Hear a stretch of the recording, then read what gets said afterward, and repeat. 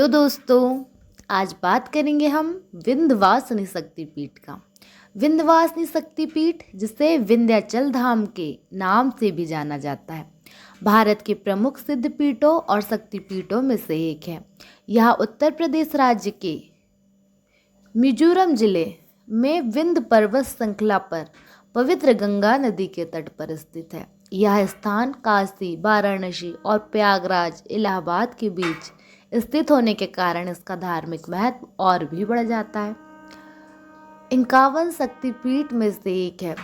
आम धारणा के विपरीत यह मंदिर 51 शक्तिपीठ में शामिल है, जहां देवी सती के अंग गिरे थे। लेकिन इसकी विशिष्टता यह है कि यहाँ शास्त्रों और मान्यताओं के अनुसार एकमात्र ऐसा स्थान है जहां आदि शक्ति माँ दुर्गा अपने पूर्ण स्वरूप में साक्षात विराजमान है। अन्य शक्तिपीठ में देवी सती के शरीर के कुछ अंग के अंश गिरे थे, जबकि यहाँ देवी शरीर निवास करता है। यही कारण है कि इसे एक सिद्ध पीठ भी कहा जाता है। यह संकल्प मात्र से ही सिद्ध प्राप्ति होती है। विंध्यवासिनी देवी के महत्व का वर्णन विभिन्न हिंदू धर्म जैसे ग्रंथ, शिव पुराण, श्रीमद् भागवत पुराण, मार्कंड पुराण में मिलता है। सबसे प्रचलित कथा के अनुसार जब भगवान कृष्ण का जन्म हुआ, उसी समय योग माया का जन्म हुआ, जो गोकुल में नंद बाबा के घर हुआ था। कंस ने जब देवकी की 8वीं संतान को मारने का प्रयास किया, तो वह कन्या योग माया कंस के हाथ से छूटकर आकाश में चली गई और उसने कंस को बताया कि तुझे मारने वाला कहीं और जन्म ले चुका है। आकाश में जाने के बाद योग माया ने विंध्य पर्वत को अपना निवास स्थान बनाया और वहीं विंध्यवासिनी देवी के रूप में प्रतिष्ठित हुई।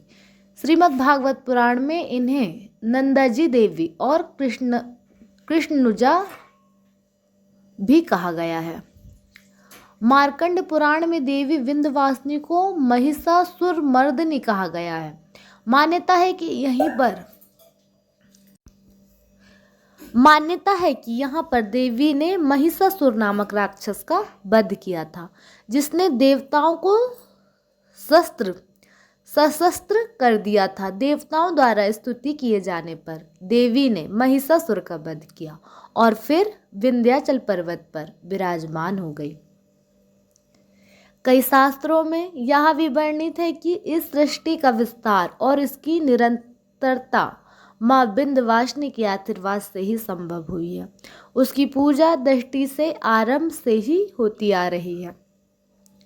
विंध्याचल धाम की सबसे बड़ी विशेषता यह है कि त्रिकोण परिक्रमा। यहाँ परिक्रमा 3 प्रमुख मंदिर को जोड़कर पूरी की जाती है, जो देवी के 3 अलग अलग रूप को समर्पित है। यह त्रिकोणी वास्तव में महालक्ष्मी, महाकाली और महासरस्वती अष्टभुजा के 3 स्वरूप का प्रतिनिधित्व करता है, जो स्वयं आदि शक्ति के पूर्ण स्वरूप के दर्शन करता है। महालक्ष्मी आदि शक्ति माँ विंध्यवासिनी देवी मंदिर यह त्रिकोणी के केंद्र में गंगा तट के समीप स्थित है। यहाँ देवी अपने पूर्ण स्वरूप में यंत्र पर विराजमान है। यह मंदिर धन, समृद्धि और मोक्ष का प्रतीक है। महाकाली काली खो मंदिर लगभग 2 किलोमीटर दूर एक गुफा खो में स्थित है। यह देवी के उग्र और रक्त बीज का संहार करने वाले स्वरूप को दर्शाता है, जो सुरक्षा और शक्ति का प्रतीक है। महासरस्वती माँ अष्टभुजा देवी 8 भुजाओं वाली स्वरूप में है। इन्हें योग माया का महासरस्वती का स्वरूप माना जाता है, जो ज्ञान और विद्या प्रदान करती है। श्रद्धालु इन तीनों मंदिर की यात्रा करके एक विशेष क्रम में करते हैं, जिसे त्रिकोण परिक्रमा कहा जाता है। विंध्याचल धाम की विशेषता और आयोजन। गंगा का विशेष प्रभाव। विंध्याचल पर यह अनूठा स्थान है। यहाँ पवित्र गंगा नदी विंध्य पर्वत को स्पर्श करती हुई बहती है।